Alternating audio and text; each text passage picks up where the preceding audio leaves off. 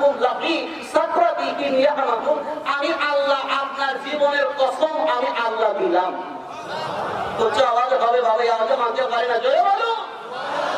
আল্লাহ বলেন হাবিব আপনার জীবনের কসম আমি আল্লাহ দিচ্ছি।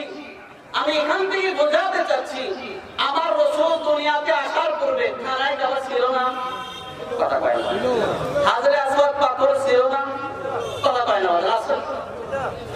মাকাম ইব্রাহিম বাগান ছিল না, জমজমের কূপ, সব আমার আল্লাহর জমিনে ছিল, কিন্তু আমার আল্লাহ কসম দেয় না।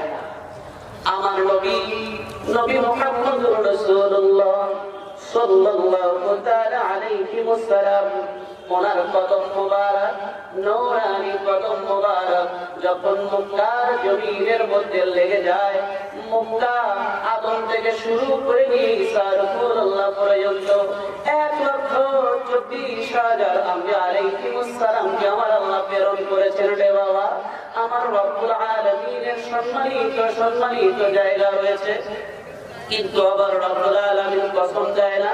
আমার রব্বুল আলামিন কসম করেন না।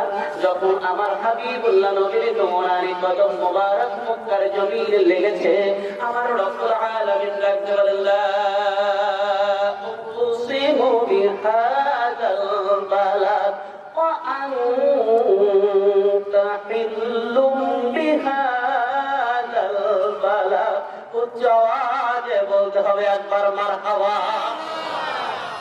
আমার আল্লাহ কসম দেয়, আমার নবী যেই জমিনের উপরে চলাফেরা করে, আমার হাবিবুল্লাহ নবীর কদম মুবারক যেই জমিনের মধ্যে পড়ে, আমার রব্বুল আলামিনের কাছে সেই জমিনের দামটা কত রে বাবা। আমার আল্লাহ সেই জমিনের কসম দিচ্ছে, নবী গো, যেই জমিনে আপনি পদার্পণ করেছেন, আপনার কদম মুবারক যেই জমিনের মধ্যে লেগেছে, আমি রব্বুল আলামিন